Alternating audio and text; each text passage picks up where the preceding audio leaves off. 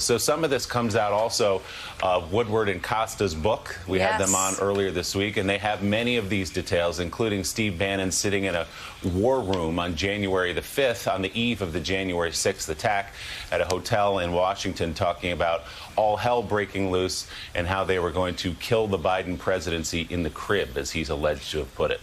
Some of these people are going to have to try and prove how they couldn't have known about this, because it was, as we are finding here, just all coming together with a lot of people leading up to that insurrection.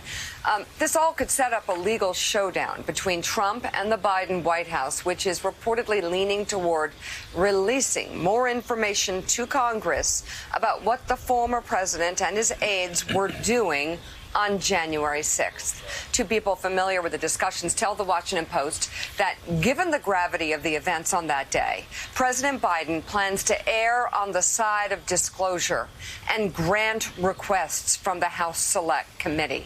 The House Select Committee says it has already received thousands of documents from all 7 government agencies from which it requested information. The National Archives has also sent documents to Trump for review, a process required by law before the information can be turned over to Congress. Joe, there are so many people involved with what led up to January 6th. I just wonder where accountability, or what accountability looks like at some point. Well, we just need the information. The Republicans in the House and Senate, almost every one of them, are trying to cover this up. They all voted against a bipartisan, bicameral, sweeping investigation to get to the truth, because they understand that some of their leaders were involved on January the 6th.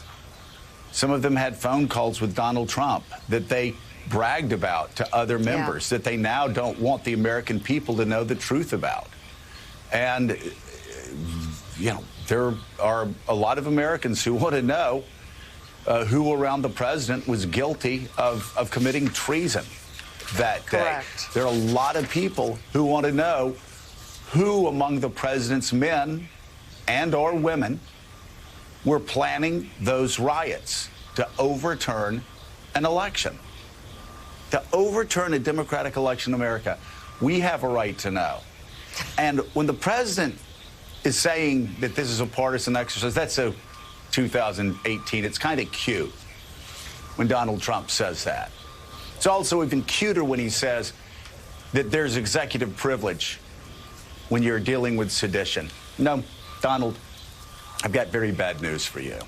When you engage in sedition against the United States of America, you're not going to find federal judges that are going to say, you know what, we don't care that he was sitting there and watching the television and cheering on the rioters and refusing to stop the riot, and his aides were talking behind the scenes. We're talking about how all hell was going to break loose the next day. We're working, and even the lawyers were working on theories, which we really haven't talked about enough here, on how to overturn a democratic election.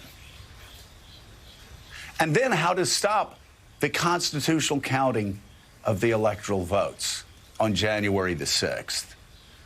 There is no executive privilege for treason. There is no executive privilege for sedition. There is no executive privilege for being engaged in sedition or being a part of sedition or for encouraging sedition.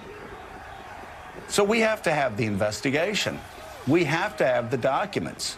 We have to know what the president knew, when he knew it, what Steve Bannon knew, when he knew it, what all of the president's aides knew, when they knew it. And it's not really going to be that tough. I'm just going to look at phone records, going to talk to people who don't want to go to jail, going to let the chips fall where they may, because this still is America. What you're seeing on TV here, they failed. We still live in America. So actually, the law matters. Your vote still counts. No one like Donald Trump has a right to actually throw away your vote when he doesn't win an election. That happens in other countries. That still doesn't happen here. And now the investigations, the real investigations start. Let's bring in right now New York Times reporter and MSNBC national security analyst Michael Schmidt, also former U.S. Senator now on NBC News and MSNBC political analyst Claire McCaskill, and also White House editor for Politico, Sam Stein. Michael Schmidt, what can you tell us? Well, I think what we're seeing here is something that's sort of obvious but really important, and that is the fact that Donald Trump is not president anymore makes it much more easy to investigate him. When Trump was being scrutinized, whether it was by Mueller or during the first impeachment or even the second impeachment, well, mostly the first impeachment, Trump had the ability to stop documents from going out the door. He had the ability to try and stop witnesses. He controlled the Justice Department. And because of that, it gave him an enormous amount of power to thwart investigations, to make it much more difficult to get that information.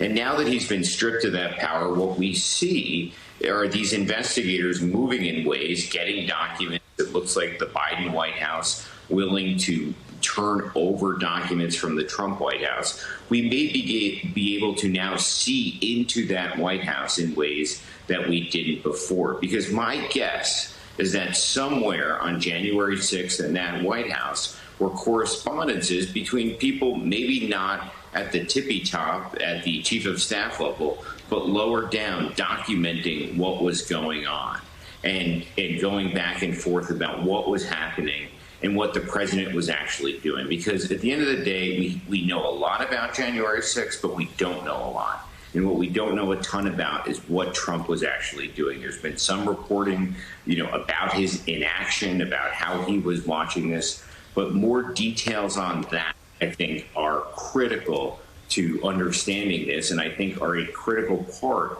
of how this process of document production and of these interviews that could be coming will get at.